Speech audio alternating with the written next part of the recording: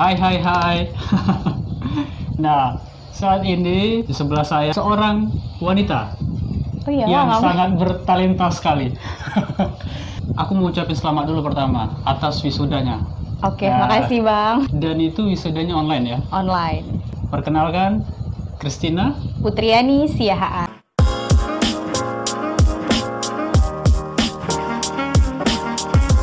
Wisuda online ini gimana rasanya? Sebenarnya apa ya, cukup sedih juga karena nggak bisa merasakan momen wisuda yang dirasakan sama senior terdahulu gitu. Sebelum-sebelumnya. Iya, jadi kayak kalau mereka kan wisuda biasanya selebrasi yang wow gitu kan. Oke. Tapi pas di zaman aku mau wisuda nih nggak bisa gitu, cuman bisa di rumah aja gitu. Jadi pasti ada sedihnya. Cuman gimana pun kita harus tetap bersyukur ya, karena ya meskipun zaman pandemi tapi wisuda tetap bisa dilaksanakan gitu. Nah, dan satu lagi ternyata mendapatkan predikat cum laude. Ya, puji Tuhan. Iya, itu gimana sih kok bisa? selain banyak belajar pastinya ya.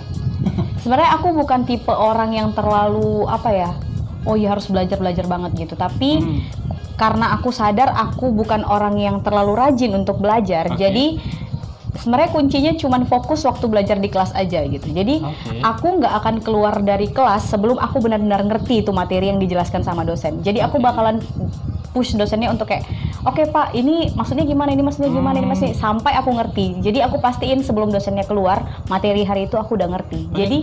Berarti kamu orang yang tidak malu bertanya?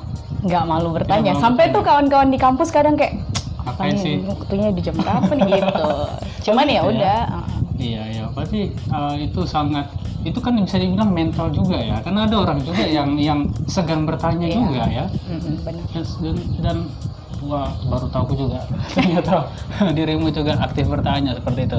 Anyway, ini lulusan apa sih? Dari fakultas apa? Eskut, dari Fakultas Kehutanan USUL. Fakultas Kehutanan. Itu ngapain aja? Itu ngapain aja ya? Pasti belajar, praktek. Kalau kita S1 tuh kan biasanya 70% teori, 30% praktek. Ya. Jadi kalau di kehutanan itu kita belajar macam-macam.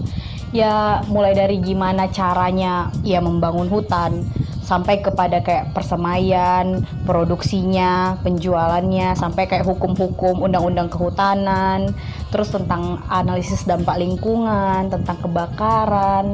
Pokoknya luas juga sih, tapi kita juga belajar tentang statistika, Oke. kayak gimana kita ngolah data. Terus kalau zaman sekarang tuh kan ada penginderaan jarak jauh. Jadi kalau misalnya kita mau mengawasi hutan itu dari jarak jauh gitu, kayak pakai drone, Oke. kayak pemanfaatan Google Earth Kalau juga. pakai drone dia apa yang cuma lihat gitu? Iya, Lihat jadi apa kan- yang terjadi? Jadi kayak kita bisa identifikasi titik-titik kebakaran dan segala macam gitu. Statistik. Kalau statistik ini aku nggak tahu ya apa-apa tentang kehutanan ya. Tapi mumpung di sini ada yang kalau disebut kan fresh graduate. Iya benar. Nah, itu gimana tuh? Maksudnya kalau dirimu dengan apa yang udah dipelajari dengan kondisi Duma ini gimana? Oh ya pasti ada. Apalagi kalau misalnya di Duma ini tuh kita biasa namainnya tuh lahan gambut. Jadi itu biasanya terjadi kebakaran di bawah tanah. Itu Oke. yang menyebabkan kenapa kebakaran di hutan di Duma itu waktunya lama gitu, susah dipadaminnya karena apinya tuh udah merambat di bawah tanah gitu. Oke. Makanya itu sih juga yang kita pelajari di kehutanan, gimana cara pencegahan dan penanganan kebakaran tersebut gitu. Cuman kalau di kehutanan itu kan dibagi lagi sebenarnya Dibagi jurusannya. lagi, ya. Nah, peminatannya aku di bagian budidaya. Nah, budidaya itu lebih ke kayak mana persemaian. Kita misalnya di satu perusahaan nih. Persemaian itu apa? Persemaian tuh pembibitan. Pembibitan. Oke. Oke. Jadi misalnya nih aku bekerja di satu perusahaan. Jadi aku harus manage, misalnya dia perusahaan pulp atau perusahaan kertas deh. Setahun kita menghasilkan kertas berapa ton. Sehingga kita butuh pohon berapa ribu. Jadi kita harus nanam segini gitu. Itu bikin perencanaannya di budidaya. Budidaya. Tuh. Dan pada saat magang itu di mana? Di Banyuwangi, di Jawa Timur. Jawa Timur. Itu berapa lama sih? Sebulan. Cuma sebulan sih. Apa yang didapatin? Masih ingat? Lumayan banyak sih di sana kan. Kalau di kotanya kita langsung di kantornya, di KPH namanya. Apa itu? KPH, Kesatuan Pengelolaan Hutan. Oke, habis itu kita ke lapangannya langsung ke desa-desa. Jadi kita emang benar-benar langsung terjun gimana kita ikut penanaman, kita ikut penebangan, bahkan kita ikut lihat gimana lok-lok kayu itu tuh diangkut, dijual gitu. Jadi emang bener-bener langsung ngerasain, oh iya ya, sebenarnya apa yang aku pelajari itu semuanya tuh diterapin di sini. Gimana mengkelompokkan bahwa ada, kan disebut dengan hutan wisata, itu ada dipelajari juga? Ada, itu lebih ke pengelompokan hutan ya. Jadi kalau menurut fungsinya kan hutan itu ada 3 ya, lindung, produksi, sama konservasi. Nah kalau dia wisata, dia itu biasanya kan dikonservasi, dia biasanya dilindungi. Maksudnya dia nggak bisa ditebang, nggak untuk produksi gitu kan, tapi bisa dijadikan sebagai objek wisata. Ya tujuannya bisa untuk menambah devisa untuk daerah tersebut, ya untuk pelestarian juga gitu. Ya bisa jadi sarana belajar juga untuk orang-orang yang ingin lebih mengenal hutan. Kalau di Dumai hutan wisata ya? Iya, hutan wisata. Tapi nggak tahu itu gimana. Jujur aku juga belum pernah ke situ sih. Aku sekali. Waktu itu ada pasca atau bagaimana ya? Seingatku udah itu zaman SMP dulu kali. Ibadah Padang gitu ya? Ibadah Padang disebut ya. Berarti ada hutan wisata, konservasi, yang terakhir tadi apa? Ada lindung, produksi, sama produksi. Konservasi. Oke, begitu. Nah, tadi saya belajar sebenarnya. Kita belajar ya, oke. Jadi bahas tentang apa yang dipelajari Putri ketika kuliah gitu kan. Dan tapi di balik itu semua ada juga talenta daripada Putri. Sebut talenta, karunia, bakat dalam bidang bernyanyi. Beberapa orang tua mungkin udah kenal. Kayaknya ketiganya bisa. Oh iya sih, bisa juga karena diasah terus ya belum belajar. Nah, itu dirimu tahu ketika bisa nyanyi atau jago nyanyi atau punya bakat bernyanyi itu gimana? Atau mungkin ada dorongan daripada orang tua mungkin dan sebagainya, itu gimana? Sebenarnya aku nggak pernah menyebut aku jago bernyanyi gitu ya. Iya, sebenarnya itu sih orang yang rendah hati begitu. Oke, jadi awalnya itu kelas 3 SD ya, pertama kali masuk di dunia vokal. Les. Jadi waktu itu paksaan sebenarnya dari mama sih, dari mamaku. Jadi ada dulu di gereja itu kan ada lomba vokal solo untuk anak sekolah minggu. Jadi mama ini tuh pengen banget anaknya ini ikut lomba vokal solo, sedangkan aku tuh orangnya nggak pedean. Terus kalau nyanyi juga suka fales gitu-gitu. Pada akhirnya ada satu les vokal musik gitu di Dumai ini. Sebenarnya aku dimasukin awalnya cuman pengen ikut lomba itu aja. Jadi belajar di les itu cuman untuk pelajari lagu. Terus pada akhirnya lomba belajar latihan gitu. Lomba nyanyi pertama yang aku ikuti, aku juara 1, puji Tuhan gitu. Nah itu jadinya, jadi dari situ kayak, oh iya ternyata suara aku bagus ya gitu. Nah setelah itu kan nggak berhenti sampai di situ tuh. Pada akhirnya juga aku jadi tertarik ke musik. Awalnya dari les vokal itu. Jadi karena guruku itu ngajarin aku tuh sambil main piano. Jadi kayak kok keren ya cewek bisa nyanyi sambil main piano gitu. Akhirnya ikut juga les piano. Tapi ada juga sih jatuh bangunnya, namanya anak-anak kan ada bosan-bosannya gitu kan. Jadi nggak selalu semangat itu terus. Cuman ya pada saat itu akhirnya ikut les piano juga. Ya pada saat itulah jadinya akhirnya merasa kalau kayaknya bidangnya di sini deh, di vokal, di musik gitu. Karena karena dia langsung kayak di gereja kan langsung disuruh melayani gitu. Jadi pada akhirnya ya nggak putus sampai di situ, bakatnya terus belajar sampai sekarang. Oke. Dari kelas 3 SD? Kelas 3 SD. Aku aja belajar keyboard kayaknya kelas 6 atau kelas 5 gitu. Tapi sampai sekarang masalahnya kalau aku nyanyi masih kadang-kadang lari gitu. Larinya bukan lari nada tapi kalau diputar rekamannya itu masih istilah, kalau bahasa sehari-hari sederhananya secempreng. Oh gitu.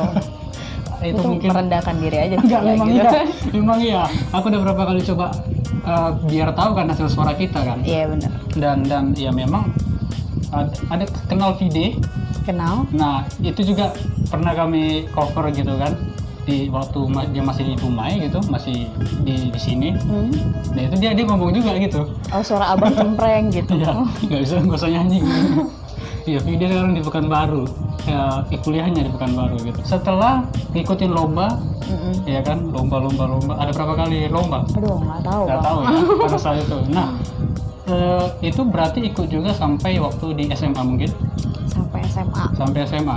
Dan ketika aku sama teman-teman datang ke rumah Putri, ternyata ada beberapa foto. Dia itu berada di istana mana itu? Istana Negara Republik Indonesia.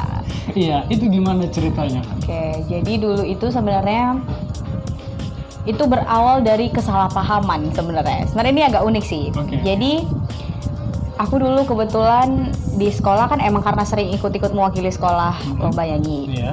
Jadi dipanggil sama salah satu guruku di SMA. Oke. Putri, ini ada lomba vokal grup katanya gitu. Jadi berempat, kuartet katanya kan. Jadi nyanyi kuartet. Oke, carilah temanmu. Akhirnya aku, Merlin, Ben sama si Trisa, berempat lah perwakilan sekolah. Karena di Dumai ini tuh nggak ada yang saya kayak baca not gitu, nggak ada yang pintar-pintar banget not gitu. ya? Not angka bang pada saat itu. Okay. Jadi dikasih lagu 17 Agustus sama Rayuan Pulau Kelapa, dikuartetin gitu kan. Latihan nih udah bagi 4 suara, aku suara 2. Oke, jadi nggak suara satunya. Akhirnya berangkat ke Pekanbaru karena di Dumai ini kan nggak ada sekolah apa, jadi dikasih aja ke Santo gitu kan. Langsung lah kita berangkat ke Pekanbaru. Akhirnya sampai di Pekanbaru kan langsung technical meeting.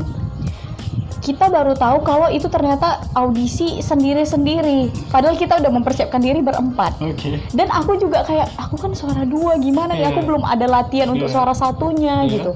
Disitulah semua terjadi kesalahpahaman. Akhirnya dijelasin lah kalau misalnya ini tuh audisi untuk ke Istana Negara, untuk menjadi perwakilan Provinsi Riau, menyanyi di detik-detik proklamasi gitu, di upacara gitu kan. Mampus.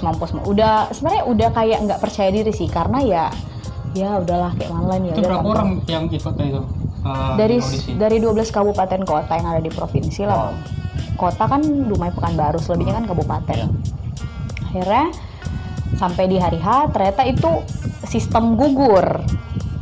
Jadi kita nyanyi dulu lagu wajib sama lagu pilihan. Pada saat itu aku tetap milih lagu wajibnya 17 Agustus kan. Lagu pilihannya itu aku pilih Rayuan Pulau Kelapa juga. Nyanyi. Akhirnya gugur beberapa orang. Aku lolos nih. Setelah nyanyi langsung dinilai?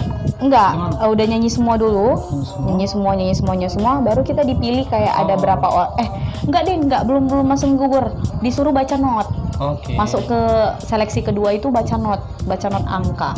Tapi ada not baloknya. Itu kayak mana tuh baca not? Jadi gini bang. Enggak, kita tuh disuruh ambil kertas, kita buka. Jadi itu ada not balok sama not angka buta gitu. Jadi ritmenya itu ada di not baloknya. Not angkanya itu cuman kayak do, re, mi, fa-nya gitu. Nyanyiin nadanya. Jadi kita buka, nyanyiin langsung. Tanpa musik, tanpa apa, ya kita cari nada kita sendiri. Waduh. Dan itu tuh nadanya ngaco gitu, bukan satu lagu gitu. Jadi misalnya mi re bukan lagu gitu. Jadi kayak emang ngaco. Terus pada saat itu karena emang bukan sombong atau apa kan, karena memang dari gereja udah terbiasa baca not. Jadi ya tantangan sih, cuman menurut aku ya puji Tuhan bisa terlalui gitu. Setelah itu masuk lulus, habis itu kita seleksi lagi karena masih ada jurinya masih bingung katanya gitu. Akhirnya langsung jurinya tuh nulis di papan tulis, kita disuruh ngebelakangin, terus kita lihat papan tulis langsung bacain notnya lagi. Gitu-gitu aja sih sistemnya, cuman ya puji Tuhan pada saat itu terpilih jadi perwakilan Riau. Itu berapa orang terpilih dari Riau? 4 orang. Jadi teman yang 3 tadi? Merlin kan lolos, aku bareng Merlin. Terus yang cowok kan 2 cowok 2 cewek. Aku sama Merlin, terus 1 dari Pekanbaru, 1 dari Kerinci. Lalu berangkatlah kalian 4 ke Istana. Sampai di sana itu gimana? Aduh, di Istana tuh banyak banget sih ceritanya sebenarnya bang, karena kita kan karantina ya. Berapa lama sih? 20 hari, 19 hari gitu lah. Pokoknya kita nyampe itu kita berangkat dari sini tuh 30 Juli. kita pulang 19 Agustus. 16 Agustus. Wow. Gitulah. Jadi setelah udah selesai semua kan, jadi pokoknya nyampe kita masuk ke karantina pada saat itu di Wiladatika di Cibubur. Jadi di situ pokoknya kita ketemu sama seluruh perwakilan provinsi-provinsi yang ada di Indonesia, kenalan, dibagi kamarnya, dan itu pun harus kayak nyatu sama yang lain, nggak boleh itu kan. Terus kita diasuh sama polisi-polisi negara gitu, polisi-polisi istana. Terus pokoknya diajarin macam-macam sih. Jadi kayak kegiatan kita tuh bukan cuma latihan nyanyi, jadi ada olahraganya. Emang ada apa ya, kayak kita ketemu sama menteri ini, kita ketemu sama putri Indonesia, kita ketemu sama ini. Jadi kayak emang benar-benar dikasih pelatihan-pelatihan juga gitu. Itu di tahun berapa ya? 2015. 2015. Dan iya, waktu itu Jokowi pertama kali sih jadi presiden. Maksudnya dia pertama kali mimpin upacara. Iya benar. Dan kalau mengikuti yang seperti itu, apakah sekali seumur hidup itu aja? Kalau untuk maksudnya nyanyi di istananya itu Bang, sebagai perwakilan GBN sekali aja seumur hidup. Tapi setelah itu kan kami dipanggil lagi kayak sebagai alumni. Jadi misalnya ada perayaan Sumpah Pemuda di gedung MPR DPR atau di mana gitu, atau bikin konser apa, kan diundang. Jadi beberapa kali sih, kemarin 2017, 2018 berangkat juga. Oh iya. Tapi ngomong-ngomong, dirimu tuh suka nonton drakor nggak sih? Jujur ya, enggak. Why? Karena aku tuh gini, aku tuh kalau misalnya udah suka sama sesuatu, aku bakal terjun ke dalamnya gitu. Jadi kalau misalnya aku tuh ngelihat teman-teman aku yang suka banget nonton drakor, dan mereka tuh jadi kayak, menurut aku banyak ngabisin waktunya untuk hal-hal yang nggak berguna. Contohnya kayak mereka nonton kayak belasan episode satu malam, terus mereka jadinya nggak tidur, tugas mereka nggak selesai. Habis satu season satu hari ya? Iya, jadi kayak aduh, kok kayak gitu kan. Kayak temenku pokoknya pas zaman-zaman skripsian gitu kan. Makanya aku kadang tuh suka, kalian tuh kok kayak gitu sih, kau belum coba nonton Put, nonton Put, pasti kau kayak gitu. Makanya aku nggak mau nyoba. Karena itu menurutku buang-buang waktu. Cuman aku nggak ngejudge mereka yang suka drakor sih. Iya. Cuman ada pilihan ya dari masing-masing kita gitu. Ternyata tidak begitu menyukai. Tidak suka nggak tahu lagi. Tidak tahu. Apa itu drakor? Iya, apa itu drakor? Iya, kurang lebih sama. Tapi aku pernah sih nonton satu season ya. Satu judul ya. Sorry, aku juga nggak pecinta drakor, jadi pernah nonton satu, tapi itu dalam beberapa hari karena ditunjukin sama teman ketika ada pertemuan. Judulnya adalah Descendant of the Sun. Hanya itu yang baru lolos saya. Di apa ya? Apa tuh yang nikah tuh, yang akhirnya mereka cinta lokasi kan? Akhirnya nikah beneran. Dan aku pun nggak tahu. Song couple. Aku nggak ingat lagi nama aktornya. Itu yang menjadi kekurangan. Aku nggak ingat nama aktor-aktor atau pemeran dalam sebuah film. Iya. Song Hye Kyo. Pokoknya dia dalam ada actionnya, dramanya pasti, dan romantisnya pasti. Iya, itu yang tentara-tentara itu. Iya, tentara. Aku nonton trailernya aja sih, nggak nonton filmnya. Kalau aku nonton satu di iFlix. Kemarin Bang Morris bilang jangan sampai Natal dikalahkan oleh drakor. Kemarin kan pas lagi buat video kayak gini juga ngobrol. Jadi kan tanggal 26 Natal kita gede. 26 ya, nggak 27? 26 ya? Biasanya sih tanggal 27. Tapi kemarin pas kami ngobrol tanggal 26. Oh gitu. Dan di Natal kita gede tuh ada lomba-lomba, udah tahu? Nggak tahu. Video, terus kirimin ke YouTube pribadi atau Instagram pribadi, linknya kirim ke pihak kita gede. Gitu ya. Kenangan Natal sama cover lagu Natal. Dan apa sekarang rencana kedepannya setelah lulus? Ya memang di pandemi ini mungkin agak ada plan B, plan C dan sebagainya. Rencana dirimu gimana? Sebenarnya 2020 ini udah banyak plan-plan yang kalau dikatakan tertunda? Iya, tertunda lah ya. Kalau bilang hancur tuh, rusak tuh agak-agak gimana gitu ya. Emang udah banyak hal-hal yang jauh banget dari target sebelumnya gitu. Karena aku orangnya kan terencana gitu Bang. Jadi aku mau lulus bulan segini, kalau nggak bulan segini gitu. Wow. Jadi habis dari sini aku mau ke sini, gitu-gitu udah ada sebenarnya. Iya. Jadi memang kemarin rencananya target wisuda itu bulan 6. Bulan 6 2020. Iya. Oke. Bulan 6 2020, terus aku langsung bulan 7-nya ngambil magang. Kebetulan aku dapat beasiswa di kampus dari Tanato Foundation. Jadi emang itu perusahaan dan mau apply magang ke sana. Apply magang bulan 7, 1,5 bulan kan, sampai nanti pertengahan bulan 9. Nah, rencana di bulan 9 itu kemarin kan ada rencana mau buka CPNS. Iya. Akhirnya udah terencana nih, udah bagus banget lah. Akhirnya kan semua gara-gara corona tuh nggak ada satupun yang terrealisasi. Oke. Kayak wisudanya jadi bulan 11, terus magangnya kacau karena perusahaannya juga nggak buka magang karena Iya, corona. corona. CPNS juga nggak ada kan, jadinya diundur 2021. Nah, pada akhirnya sekarang kayak berusaha untuk apa ya, mencari peluang yang memungkinkan aja lah Bang gitu. Karena sekarang juga posisinya masih nunggu ijazah dari kampus belum keluar karena masih katanya datanya masih ribet lah gitu katanya kan. Ya udahlah, kita cuman bisa sabar. Terus kalau sekarang plan ke depan itu aku nggak muluk-muluk sih Bang, karena kan aku fresh graduate, belum punya pengalaman apa-apa. Jadi apa yang mau menerima aku kerja akan aku kerjakan. Ya nggak peduli lah mau gaji berapa gitu ya, meskipun sarjana. Kalaupun pada akhirnya nanti harus kayak lintas jurusan ya why not gitu. Apa yang mau menerima aku sekarang gitu.